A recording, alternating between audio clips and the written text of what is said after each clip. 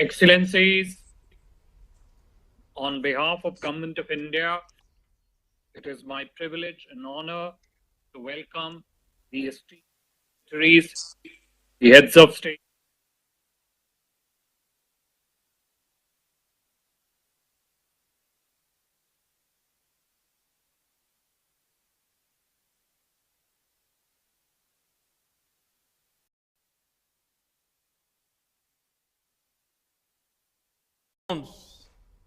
and brings new hopes and new energy.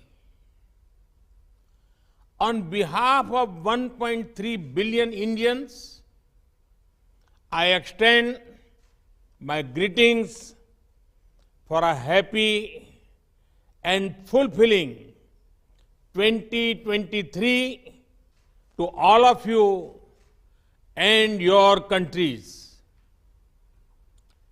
We have turned the page on another difficult year that saw war, conflict, terrorism, and geopolitical tensions.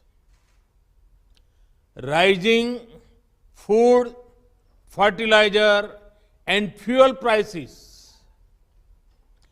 climate change driven natural disasters, and lasting economic impact of the COVID pandemic.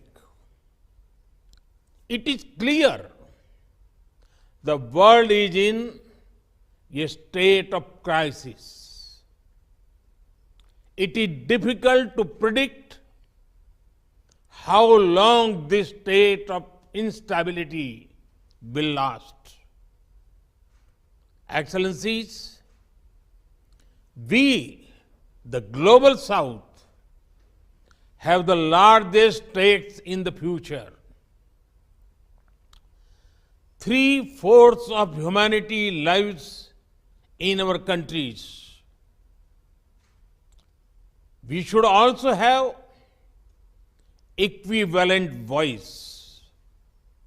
Hence, at the 8-decade-old model of global governance slowly changes, we should try to shape the emerging order. Excellencies, most of the global challenges have not been created by the global south, but they affect us more.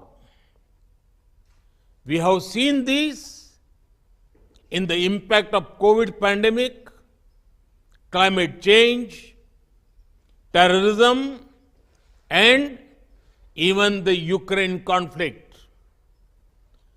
The search for solutions also does not factor in our role of or our voice. Excellencies, India has always shared its development experience with our brothers of the global south. Our development partnerships cover all geographies and diverse sectors. We supplied medicines and vaccines to over 100 countries during the pandemic. India has always stood for a greater role for developing countries in determining our common future. Excellencies, as India begins its G20 presidency this year, it is natural that our aim is to amplify the voice of the global south. For our G20 presidency, we have picked the theme of One Earth, One Family, One Future. This is in line with our civilizational ethos. We believe the path to realize oneness is through human-centric development. People of Global South should no longer be excluded from the fruits of development.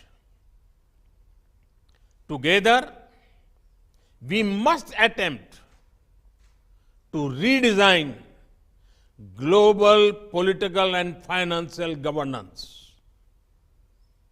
This can remove inequalities, enlarge opportunities, support growth, and spread progress and prosperity. Excellencies, to re-energize the world, we should together call for a global agenda of respond, recognize, respect, and reform. Respond to the priorities of the Global South by framing an inclusive and balanced international agenda.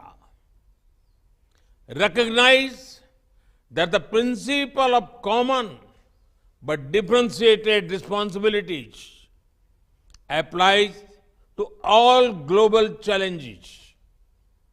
Respect sovereignty of all nations, rule of law, and peaceful resolution of differences and disputes. And reform international institutions, including the United Nations, to make them more relevant. Excellencies, despite the challenges the developing world faces, I remain optimistic that for time is coming, and our time is coming. The need of the hour is to identify simple, scalable, and sustainable solutions that can transform our societies and economies. With such an approach, we shall overcome the difficult challenges, whether it is poverty, universal health care, or building human capacities.